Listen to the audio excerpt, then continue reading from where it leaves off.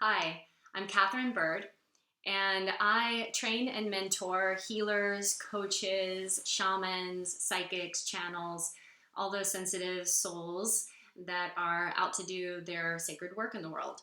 And I am really excited to start this little series discussion on YouTube. So if you're interested in what it means to be an empath, how we can thrive as empaths, sensitive people, the stages of development. I'm going to be talking about consciousness and awareness and healing and all of these pieces around being an empath. Go ahead and subscribe and like and comment and be in this discussion with me, because I think it's a very, very important discussion and it needs more light brought to this issue. So let's get started. I want in this video, the first video, to talk about the phases of being an empath and kind of this process that we will go through, and maybe you're going to recognize yourself somewhere in the phases of the process, or remember yourself in a phase and be like, oh yeah, that's me. Uh, and so let's just first start off so that we're all on the same page as we're going into this topic, that we all can practice empathy. We can all practice empathy, which is I can put myself in someone else's shoes. I can understand where they're coming from. I can understand my actions might affect that person, or they might be in a specific sort of situation. They might be feeling something, right? We can understand someone else. This is great. Helps us have compassion and love and kindness, builds our tribe and our community. Anyone can practice empathy unless someone has a pretty significant personality disorder, result of significant trauma. There's other things that could shut off this mechanism in a person. But most of us can practice empathy. And then there are empaths. And so empaths have sort of taken that and just turned the dial up quite a bit, and they're actually experiencing, feeling, sensing, knowing the emotions and energy of others, and even the emotions and energy of places or moments in time, specific energetic frequencies. Usually they're very sensitive to. So emotions are motion in energy in motion. So generally people who are of this nature are also highly energetically sensitive, whether they're aware of that or not. So that is the first stage, is the unaware. The first phase of the empath is this unaware empath. So not aware that the things that they're feeling might not be theirs, not really aware that there is energy or that they might be feeling energy, not aware of their habits or patterns, not aware of their tendencies, not aware of their coping mechanisms that they're using to try not to feel, often feeling a lot but unable to process it in a way that feels healthy, not aware of like what's mine and what's someone else's, feeling like everything hits them super hard, or they're just more sensitive than other people, but that's a really horrible thing and it's something that needs to be hidden from in some kind of way. So there's a lot there, and honestly, a lot of people will go through their lives and they will never leave the unaware empath phase. They will continue to take on other people's energy and emotions, try to process those inside their body, tend to become avoiders, avoiding things, avoiding people, not following a larger path, not following their mission, staying small, staying hidden, being quiet. All of these pieces, right? Has that ever been you?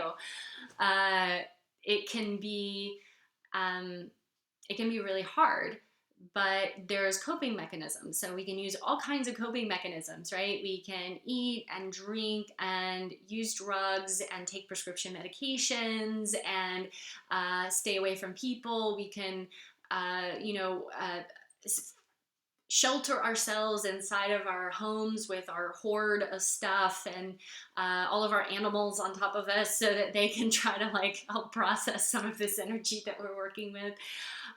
There's lots of things we can do. Some of them are healthy, some of them are not.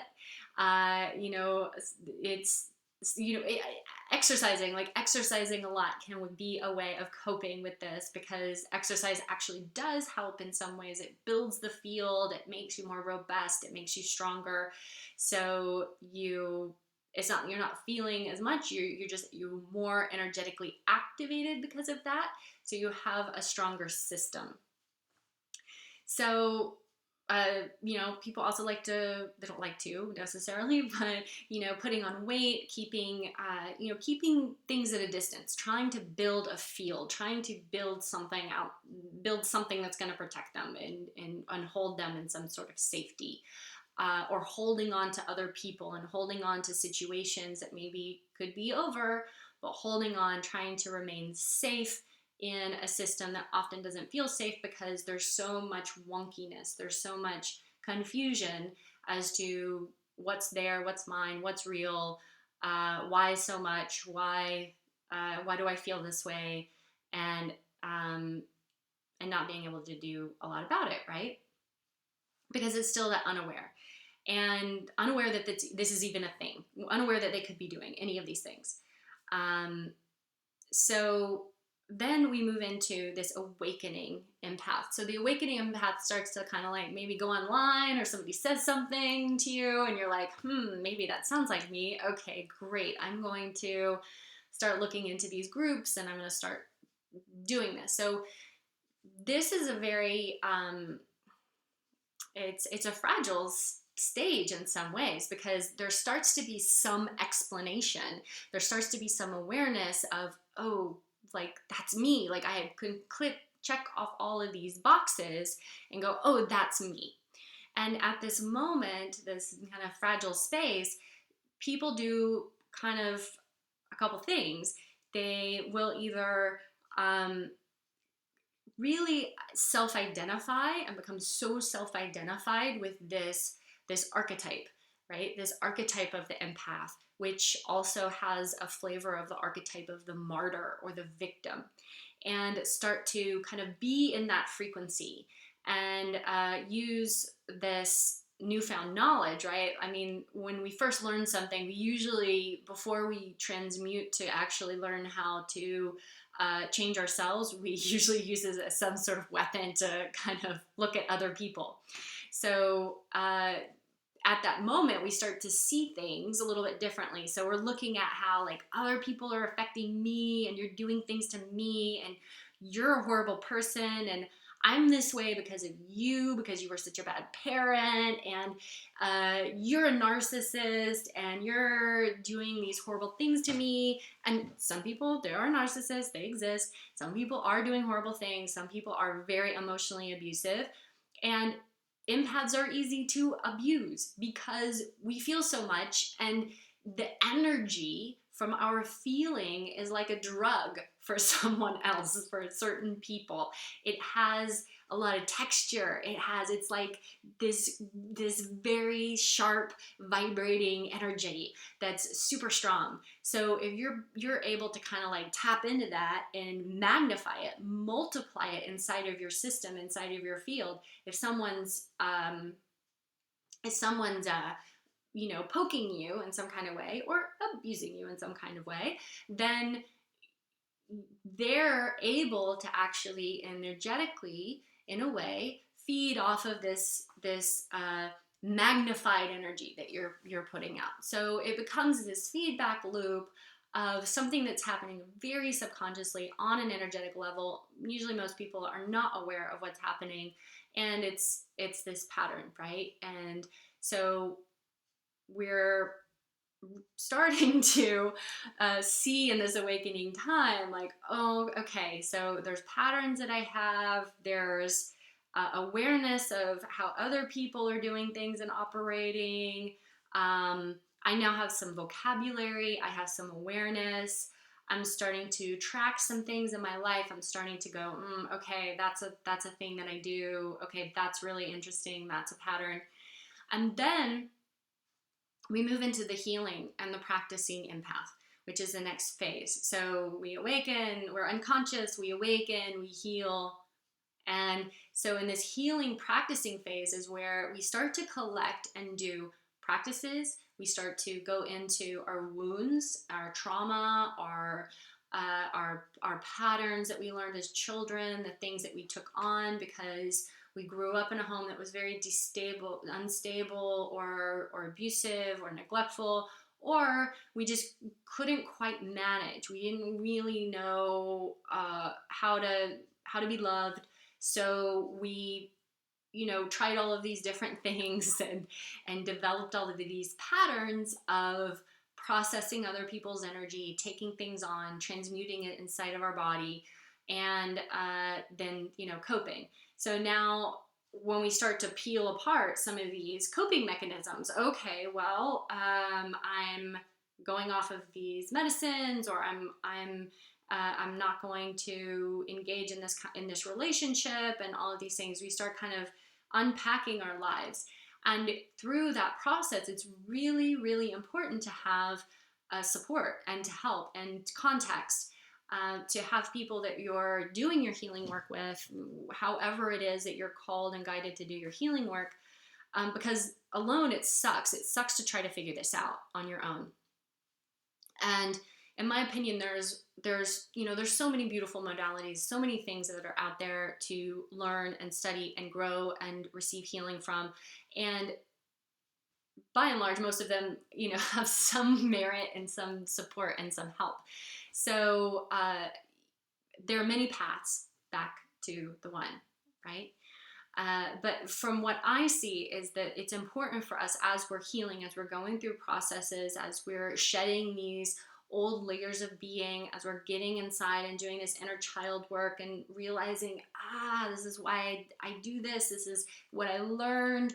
Oh, this is what my system is doing. We start to become more aware of our energy bodies, more aware of our connection to source and spirit, the earth, more aware of how to ground ourselves.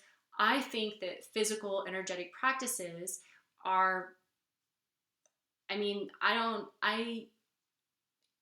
you can try to do it some other way, but I think no matter how you're doing it, I think this is what it takes. I think it takes physical energetic practices. I believe in them wholeheartedly with 100% of my being because of my own path of being super overwhelmed, unable to be in public, like really unable to control myself or my energy and my spiritual awakening, and going to physical energetic practices and working through the body, through the breath, through meditation, through sound, through releasing energy and calling in something new.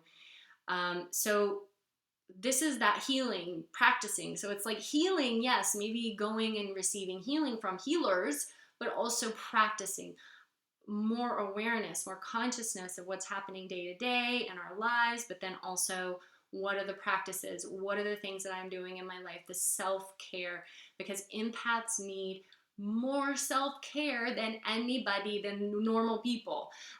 You need more self-care. You need more practices. You need more time alone. You need more nature. You need more quiet.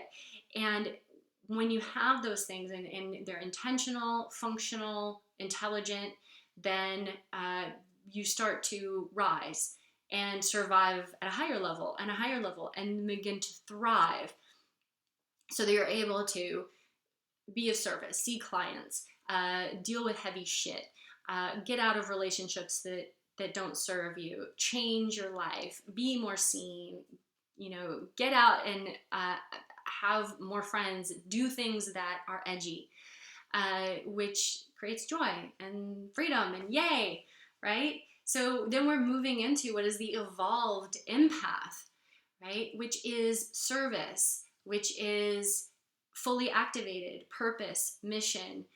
able to focus, able to be present with other people, to recognize and feel the emotions that are there, but to not be taken out by them, but not be damaged by them, to understand boundaries, to understand our part in what we're experiencing, why we're experiencing what we're experiencing, and the way that we can work with ourselves to support a healthier way of being, a stronger, more robust system. And from that place, service, action, connection, and that's the evolved empath. So, do you recognize yourself anywhere along in that line? Like, where are you? What do you need? What are you discovering? All of those pieces. Love to hear in the comments about you. If you are interested in this conversation, check out the next video. We're going to go deeper into another little thread.